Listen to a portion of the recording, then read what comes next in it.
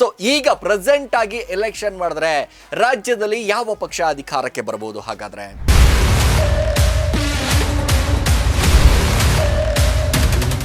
ಹೈದರಾಬಾದ್ನ people plus ಅನ್ನುವಂಥ organisation ಏನಿದೆ ಮತ್ತು ಕೊಡೊಮೊ ಟೆಕ್ನಾಲಜಿ ನಡೆಸಿದಂಥ ಸಮೀಕ್ಷೆ ಪ್ರಕಾರ ಈಗ ಕರ್ನಾಟಕ ವಿಧಾನಸಭೆಗೆ ಚುನಾವಣೆ ನಡೆದರೆ ಬಿಜೆಪಿ ಸಂಪೂರ್ಣವಾಗಿ ಬಹುಮತ ಪಡೆಯುವ ಸಾಧ್ಯತೆ ಹೆಚ್ಚಿದೆ ಅನ್ನುವಂಥ ಮಾಹಿತಿಯನ್ನು ಕೊಟ್ಟಿದೆ.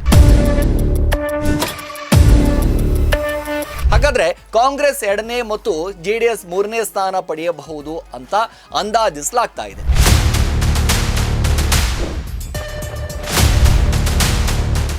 ಮುಖ್ಯಮಂತ್ರಿ ಸಿದ್ದರಾಮಯ್ಯ ಪಕ್ಷಾತೀತವಾಗಿ ಅತ್ಯಂತ ಜನಪ್ರಿಯ ಮುಖ್ಯಮಂತ್ರಿ ಮುಖವಾಗಿ ಉಳಿದಿರುವಂತ ಸಮೀಕ್ಷೆಯಿಂದ ತಿಳಿದು ಬಂದಿದೆ.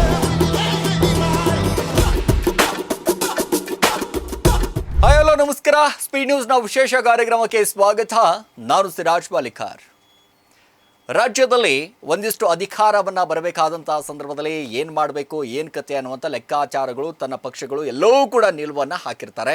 ಸೊ ಏನು ಗ್ಯಾರಂಟಿಗಳು ಕೊಡಬೇಕು, ಅದನ್ನು ಕೊಡಬೇಕು, ಇದನ್ನು ಕೊಡಬೇಕು ಅನ್ನುವಂಥ ಲೆಕ್ಕಾಚಾರ ಇರುತ್ತೆ. ಸಹಜವಾಗಿ ಜನಗಳಿಗೆ ಪ್ರಶ್ನೆಯನ್ನು ಸಹಜವಾಗಿ ಯಾಕೆ ಅಂತಂದರೆ 2028ಕ್ಕೆ ಯಾವ ಪಕ್ಷ ಅಧಿಕಾರಕ್ಕೆ ಬರುತ್ತೆ ಅನ್ನುವಂಥ ಪ್ರಶ್ನೆ ಸಹಜವಾಗಿ ಮೂಡ್ತಾ ಇರುವಂಥದ್ದು. ಸೊ BJP ಬರುತ್ತಾ, ಕಾಂಗ್ರೆಸ್ ಬರುತ್ತಾ, JDS ಬರುತ್ತಾ, ಪ್ರಜಾಕೀಯ ಬರುತ್ತಾ ಅನ್ನುವಂಥ ಲೆಕ್ಕಾಚಾರದಲ್ಲಿ ಸಹಜವಾಗಿ ಇದ್ದಾರೆ.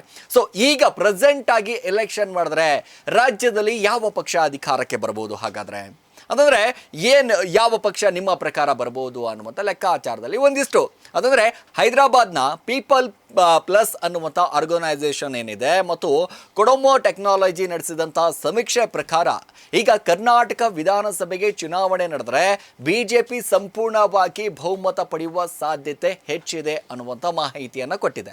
ಹಾಗಾದ್ರೆ ಕಾಂಗ್ರೆಸ್ 2ನೇ ಮತ್ತು JDS 3ನೇ ಸ್ಥಾನ ಪಡೆಯಬಹುದು ಅಂತ ಅಂದಾಜಿಸಲಾಗ್ತಾ ಇದೆ. ಇನ್ನು ಮುಖ್ಯಮಂತ್ರಿ ಸ್ಥಾನಕ್ಕೆ ಸಿದ್ದರಾಮಯ್ಯ ಅವರೇ ಬೆಸ್ಟ್ ಎಂದು ಹೆಚ್ಚಿನವರು ಒಂದಿಷ್ಟು ಅಭಿಪ್ರಾಯವನ್ನು ಕೊಟ್ಟರೆ, ಸಮೀಕ್ಷಾ ವರದಿ ಏನಿದೆ ಅಂತ ನಾವು ನೋಡ್ತಾ ಹೋದಾಗ ಸಹಜವಾಗಿ ಪ್ರಸ್ತುತ ಪರಿಸ್ಥಿತಿ ಕರ್ನಾಟಕದಲ್ಲಿ ವಿಧಾನಸಭೆ ಚುನಾವಣೆ ನಡೆದರೆ ಬಿಜೆಪಿ ಪೂರ್ಣ ಬಹುಮತದೊಂದಿಗೆ ಅಧಿಕಾರಕ್ಕೆ ಬರಲಿದೆ ಅಂತ ಹೈದರಾಬಾದ್ ಮೂಲದ ಪೀಪಲ್ ಪ್ಲಸ್ ಏನಿದೆ ಅದು ಆರ್ಗನೈಸೇಷನ್ ಮತ್ತು ಕೊಡೊಮೊ ಟೆಕ್ನಾಲಜಿ ನಡೆಸಿದಂಥ ಸಮೀಕ್ಷಾ ವರದಿ ಒಂದಿಷ್ಟು ತಿಳಿಸಿರುವಂಥದ್ದು.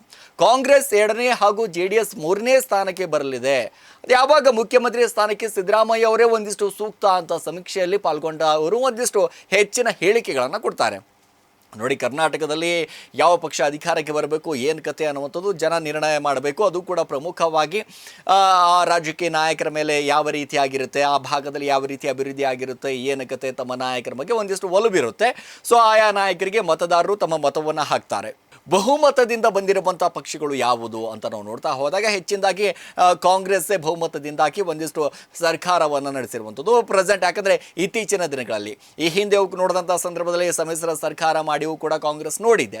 ಸೊ ಈಗ ಪ್ರಸ್ತುತವಾಗಿ ನಾವು ನೋಡ್ತಾ ಹೋದರೆ BJP ಪಕ್ಷ ಅಧಿಕಾರಕ್ಕೆ ಬರುತ್ತೆ. 2028ಕ್ಕೆ ಆಗಲಿ ಈಗಲೇ ಒಂದಿಷ್ಟು ಎಲೆಕ್ಷನ್ ಮಾಡಿದ್ರೆ BJP ಬಹುಮತದಿಂದ ಬರುತ್ತೆ ಅನ್ನುವಂಥದ್ದು.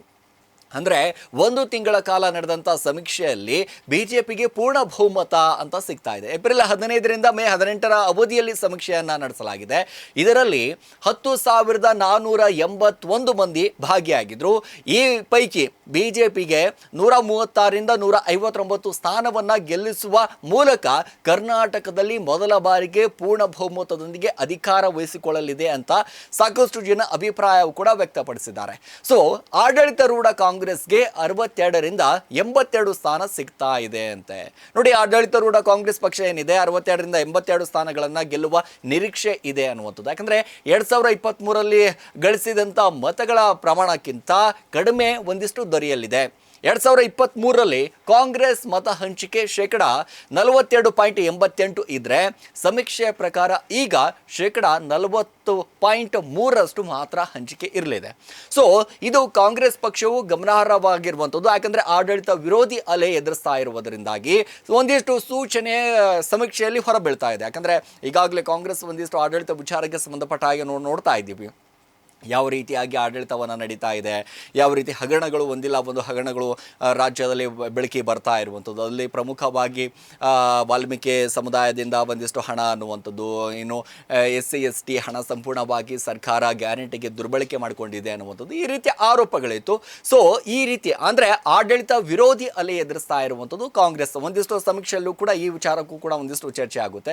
ಅದಾದ ನಂತರ JDSಗೆ ಎಷ್ಟು ಸಿಗಬಹುದು, ಯಾಕಂದರೆ ಪ್ರಮುಖವಾಗಿ ನಾವು ನೋಡ್ತಾ ಹೋದರೆ ಜಾತ್ಯತೀತ ಜನತಾದಳ ಏನು ಪಕ್ಷ ಇದೆ, ಸೊ ಇದಕ್ಕೆ ಎಷ್ಟು ಸಿಗಬಹುದು. JDSಗೆ ಕೇವಲ 3ರಿಂದ 6 ಸ್ಥಾನ ಮಾತ್ರ ಗೆಲ್ಲುವ ಸಾಧ್ಯತೆ ಇದ್ದು ಮತ ಹಂಚಿಕೆ ಪ್ರಮಾಣ 5% ಇದೆ. ಯಾಕಂದರೆ 2023ರಲ್ಲಿ 18.3% ಇಲ್ಲಿ ಇತ್ತು. ಯಾಕಂದರೆ ಮತ ಹಂಚಿಕೆ ನಾವು ನೋಡ್ತಾ ಹೋದಾಗ ಈಗ ಕಡಿಮೆ ಆಗಲಿದೆ ಅಂತ ಸಮೀಕ್ಷೆ ಒಂದಿಷ್ಟು ತಿಳಿಸಿದೆ ಅಂತೆ. ಅಂದರೆ ಮುಖ್ಯಮಂತ್ರಿ ರೇಸ್ನಲ್ಲಿ ಇದ್ದಂಥ ಸಿದ್ದರಾಮಯ್ಯ ಟಾಪ್ ಮುಖ್ಯಮಂತ್ರಿ ಸಿದ್ದರಾಮಯ್ಯ ಪಕ್ಷಾತೀತವಾಗಿ ಅತ್ಯಂತ ಜನಪ್ರಿಯ ಮುಖ್ಯಮಂತ್ರಿ ಮುಖವಾಗಿ ಉಳಿದಿರುವಂಥ ಸಮೀಕ್ಷೆಯಿಂದ ತಿಳಿದು ಬಂದಿದೆ. ನೋಡಿ, ಇಷ್ಟು ದಿನಗಳ ಕಾಲ ನಮ್ಮ ರಾಜ್ಯದಲ್ಲಿ ಆಡಳಿತ ಮಾಡಿರುವಂಥ ಸರ್ಕಾರಗಳಾಗಿರ್ಬೋದು, ಮುಖ್ಯಮಂತ್ರಿಗಳಾಗಿರ್ಬೋದು, ಪ್ರಮುಖವಾಗಿ ಕರ್ನಾಟಕದ ದ ಬೆಸ್ಟ್ ಚೀಫ್ ಮಿನಿಸ್ಟರ್ ಅಂತಂದರೆ ಅದು CM ಸಿದ್ದರಾಮಯ್ಯನವರು ಅಂತ ಸಮೀಕ್ಷೆಯಲ್ಲಿ ಹೊರಬಂದಿರುವಂಥದ್ದು. ಅದಂದರೆ BJPಯಿಂದ ಆಗಿರ್ಬೋದು, JDSಯಿಂದ ಆಗಿರ್ಬೋದು, ಯಾರೇ ಬಂದರೂ ಕೂಡ CM ಸ್ಥಾನಕ್ಕೆ ಅರ್ಹರು ಯಾರು, CM ಸ್ಥಾನಕ್ಕೆ ಕರೆಕ್ಟಾಗಿ ಫಿಟ್ ಆಗಿರುವಂಥ ವ್ಯಕ್ತಿ ಯಾರು ಅಂತಂದರೆ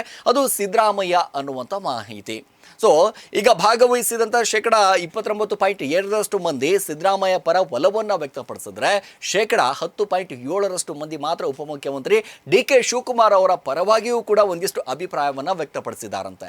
ನೋಡಿ, CM ರೇಸ್ನಲ್ಲಿ BJPಯಲ್ಲಿ ಯಾರು ಮುಂದೆ ಇದ್ದಾರೆ ಅಂತ ನಾವು ನೋಡ್ತಾ ಹೋದಾಗ ಮಾಜಿ ಮುಖ್ಯಮಂತ್ರಿಗಳಾದಂಥ BS ಯಡಿಯೂರಪ್ಪ ಪರವಾಗಿ 5.5% ಇರುವಂಥದ್ದು. ಯಾಕಂದರೆ ಯಡಿಯೂರಪ್ಪ ಅವರ ಆಡಳಿತ ವಿಚಾರಕ್ಕೆ ಸಂಬಂಧಪಟ್ಟ ಹಾಗೆ ಅವರ ಕಾರ್ಯವೈಖರಿ ನೋಡಿದಂಥ ಸಂದರ್ಭದಲ್ಲಿ 5.5% ಕೊಟ್ಟಿರುವಂಥದ್ದು. ಹಾಗೆ ಈ ಹಿಂದೆ BJPಯಿಂದ CM ಆಗಿರುವಂಥ ನಾಯಕರು ಅಂತಂದರೆ ಬಸವರಾಜ ಬೊಮ್ಮಾಯಿ ಅವರ ಪರವೂ ಕೂಡ 3.6% ಆಗಿದೆ. ಸೊ ಮತ್ತೊಂದು ಕಡೆ BJP ರಾಜ್ಯಾಧ್ಯಕ್ಷರಾಗಿರುವಂಥ B.Y. ವಿಜೇಂದ್ರ ಅವರ ಪರ ನಾವು ನೋಡ್ತಾ ಹೋದಾಗ 5.2% ಮಂದಿ ಒಲವನ್ನು ವ್ಯಕ್ತಪಡಿಸಿದ್ದಾರಂತೆ. BJPಯ ಯಾರೊಬ್ಬರೂ ಕೂಡ ಈ ವಿಚಾರದಲ್ಲಿ ಅಂತಂದರೆ 2 ಅಂಕಿ ಗಡಿ ದಾಟಿದ್ದು ಇಲ್ಲ ಇಲ್ಲಿ. ಯಾಕಂದರೆ ಮುಖ್ಯಮಂತ್ರಿ ಗಾದಿ BJPಯವರು ಯಾವ ಅಭ್ಯರ್ಥಿ ಆದರೂ ಕೂಡ ಓಕೆ ಅಂತ ಹೇಳ್ತಾ ಇದ್ದಾರೆ. ಅಂದರೆ 16.9% ಮಂದಿ ಮಾತ್ರ ಅಭಿಪ್ರಾಯ ಪಟ್ಟಿಯನ್ನು ಸಲ್ಲಿಸಿರುವಂಥದ್ದು. ಕಳೆದ 20 ವರ್ಷಗಳಿಂದ BJP ಕರ್ನಾಟಕ ರಾಜಕೀಯದಲ್ಲಿ ಪ್ರಮುಖ ಪಾತ್ರ ವಹಿಸಿದ್ದೇನೆ ನಿಜ, ಆದರೆ 3 ಬಾರಿ 2004, 2008, 2018 ಏಕೈಕ ಅತಿ ದೊಡ್ಡ ಪಕ್ಷವಾಗಿ ಹೊರಹೊಮ್ಮಿದ್ದು ನಿಜ. ಆದರೆ ಒಟ್ಟು 224 ಸ್ಥಾನಗಳಲ್ಲಿ 113 ಸ್ಥಾನಗಳ ಮ್ಯಾಜಿಕ್ ಸಂಖ್ಯೆಯನ್ನು ಸರಳ ಬಹುಮತ ದಾಟಿ ಅಧಿಕಾರ ಪಡೆದಿದ್ದು ಅದಕ್ಕೆ ಎಂದಿಗೂ ಕೂಡ ಸಾಧ್ಯವಾಗುವುದಿಲ್ಲ. ಆದರೆ ಈ ಬಾರಿ ಸಮೀಕ್ಷೆ ನೋಡ್ತಾ ಹೋದರೆ BJP ಸ್ಪಷ್ಟ ಬಹುಮತ ಪಡೆಯುವ ಸುಳಿವನ್ನು ನೀಡ್ತಾ ಇದೆ. ಅಂದರೆ ಸಮೀಕ್ಷೆಯಲ್ಲಿ ಭಾಗವಹಿಸಿದಂಥ 48.4% ಜನರು ಕಾಂಗ್ರೆಸ್ ಆಡಳಿತ ತುಂಬ ಚೆನ್ನಾಗಿದೆ ಅಥವಾ ಚೆನ್ನಾಗಿ ಇಲ್ವಾ ಅನ್ನುವಂಥ ಮಾತುಗಳನ್ನು ಆಡ್ತಾ ಇದ್ರು. ಯಾಕಂದರೆ ಸಹಜವಾಗಿ ಚೆನ್ನಾಗಿದೆ ಅನ್ನುವಂಥ ಮಾತುಗಳು ಕೇಳಿ ಬರ್ತಾ ಇತ್ತು. ಉಳಿದ 51.6% ಜನ ಇದೆಯಲ್ಲ, ಸರಾಸರಿ ಕೊಟ್ಟಿದ್ದು ಒಂದು ಅಥವಾ ತುಂಬ ಕೆಟ್ಟದಾಗಿದೆ ಅನ್ನುವಂಥ ರೀತಿಯಾಗಿ ಅಭಿಪ್ರಾಯವನ್ನು ವ್ಯಕ್ತಪಡಿಸಿದ್ದಾರೆ. ಕೇವಲ ಇಲ್ಲಿ ನೋಡ್ತಾ ಹೋದರೆ 48 ಚೆನ್ನಾಗಿದೆ, ಒಳ್ಳೆ ಆಡಳಿತ ಅನ್ನುವಂಥ ರೀತಿಯಾಗಿ ಹೇಳಿದ್ರೆ ಇಲ್ಲಿ 51.6% ಜನ ಸರಾಸರಿ ನೋಡ್ತಾ ಹೋದರೆ ಕೆಟ್ಟದ್ದು ಅಥವಾ ತುಂಬ ಕೆಟ್ಟದಾಗಿದೆ ಅನ್ನುವಂಥ ರೀತಿಯಾಗಿ ಅಭಿಪ್ರಾಯವನ್ನು ವ್ಯಕ್ತಪಡಿಸಿದ್ದಾರೆ. ಸೊ ಈಗ BJP ಆಗಿರ್ಬೋದು, ಕಾಂಗ್ರೆಸ್ ಆಗಿರ್ಬೋದು, ಒಂದು ಸಾರಿ ರಾಜ್ಯದಲ್ಲಿ ಅಧಿಕಾರಕ್ಕೆ ಬಂದಂಥ ಸಂದರ್ಭದಲ್ಲಿ ಮತ್ತೊಂದು ಸಾರಿ ಅಧಿಕಾರಕ್ಕೆ ಬರಲೋ ಅನ್ನುವಂಥದ್ದು ಲೆಕ್ಕಾಚಾರ ಜನರ ಮೇಲೆ ಬಿಟ್ಟಿರುವಂಥದ್ದು. 2028ಕ್ಕೆ ಯಾವುದೇ ಪಕ್ಷದಲ್ಲಿ ಆಡಳಿತ ಇದ್ದರೂ ಕೂಡ ಸೊ ಜನರು ಮಾತ್ರ ಇಲ್ಲಿ ಅಭಿವೃದ್ಧಿ ಮಾತ್ರ ಆಗೋದಿಲ್ಲ. ಏನೇ ಆದರೂ ಕೂಡ ಜನಗಳು ಹಾಗೆ ಇರ್ತಾರೆ, ರಸ್ತೆಗಳು ಹಾಗೆ ಇರುತ್ತೆ, ಕೇವಲ ರಾಜಕಾರಣಿಗಳು ಮಾತ್ರ ಉದ್ಧಾರ ಆಗಿರ್ತಾರೆ ಅಂತ ಹೇಳ್ತಾ ಈ ಕಾರ್ಯಕ್ರಮ ಮುಗಿಸ್ತೀನಿ. ಇದಾಗಿತ್ತು ಇವತ್ತಿನ ವಿಶೇಷ. ನಿರಂತರ ಸುದ್ದಿಗೆ ನೋಡ್ತಾರೆ ಸ್ಪೀಡ್ ನ್ಯೂಸ್ ಕನ್ನಡ. ಸುದ್ದಿ ನಿಮ್ಮದು, ವೇಗ ನಮ್ಮದು. ಹೆಚ್ಚಿನ ಸುದ್ದಿಗಳಿಗಾಗಿ ನಮ್ಮ ಚಾನೆಲ್ನ ಸಬ್ಸ್ಕ್ರೈಬ್ ಮಾಡಿ.